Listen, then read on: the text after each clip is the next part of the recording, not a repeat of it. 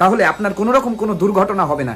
कभी आपका एक्सीडेंट नहीं हो सकता, कभी आप दुर्घटना में कभी नहीं फंसेंगे, और फंसेंगे भी तो आप सेफ निकल आएंगे। इस मंत्र को आप 11 बार कह के ये होश रखो। এমন একটা মন্ত্র যে মন্ত্রে আপনার কোনোদিন অ্যাক্সিডেন্ট হবে না। কি সেই মন্ত্র? কিভাবেই বা জব করবেন?